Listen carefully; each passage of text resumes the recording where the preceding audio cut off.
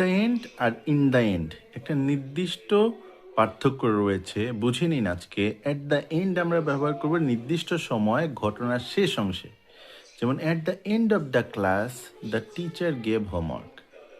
ক্লাসের শেষে শিক্ষক হোমওয়ার্ক দিলেন। At the end of the road you will see a big tree. রাস্তার শেষে তুমি একটা বড় গাছ দেখবে। এখানে শেষ অংশ বা শেষ বিন্দু বোঝানো হয়েছে। আবার আমরা যখন ইন দ্য এন্ড বলবো, ইন দ্য এন্ডের ক্ষেত্রে আমরা ফলাফল বা উপসংহার হিসেবে ব্যবহার করব।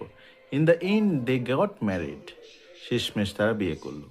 We tired because we tired many times but in the end we failed. আমরা অনেকবার চেষ্টা করলাম কিন্তু শেষমেশ আমরা ব্যর্থ হলাম। এখানে ফলাফল বা উপসংহার বোঝানো হয়েছে আপনার ইন দ্য এন্ডে।